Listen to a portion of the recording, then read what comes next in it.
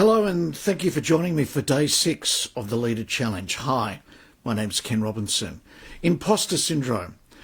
I've been sales training now for a number of years, and I'll never forget when I first started, I had to deal with this particular issue. Who was I to charge people large sums of money to spend a day with me and teach them about what I knew? And then I started thinking of my career and how I got to be in the position where I could actually start charging large sums of money.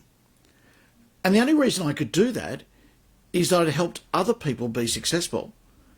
In actual fact, there's a radio station we all listen to. It's called WIIFM, What's in It for Me. And I don't think anybody who's ever done any business with me is actually interested in me. Yeah, they want my services, but they're not actually interested in me. They're interested in how I can help them go from A to Z.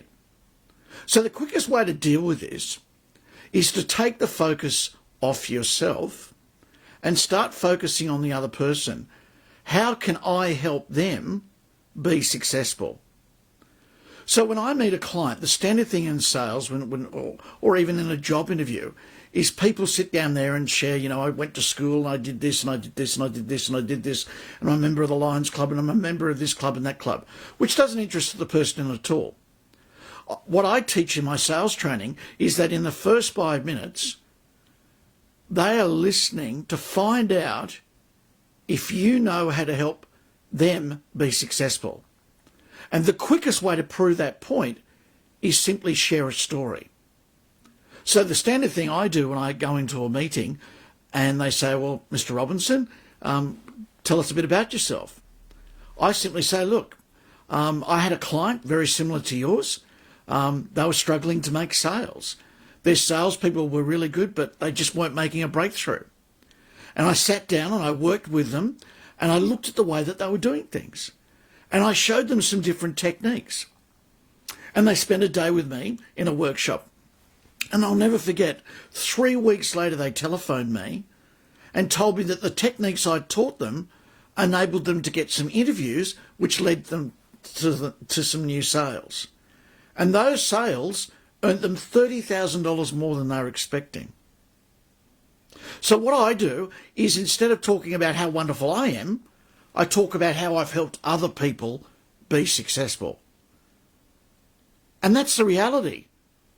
People are going to listen to you not because you've got a degree or, you belong to a particular club or you're a nice person.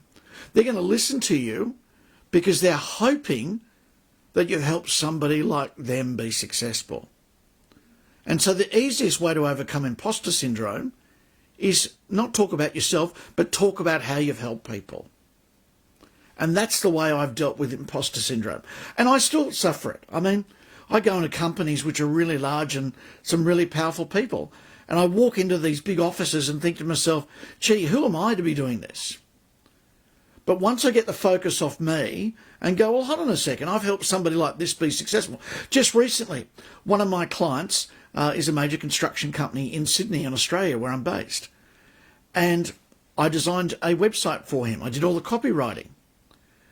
That website helped him, he said, in a tender situation. He was up against 3 other major builders. And when they were evaluating the tenders, they said that the material written in the website was one of the reasons that motivated them to give my client a $5 million contract.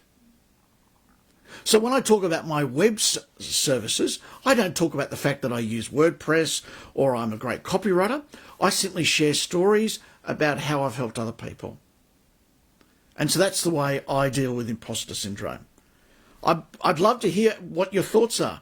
What's your approach? But I've been doing this for 30 years and I'm still intimidated by meeting people.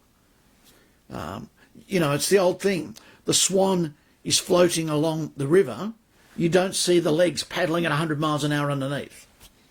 And in this case, those legs are our nerves.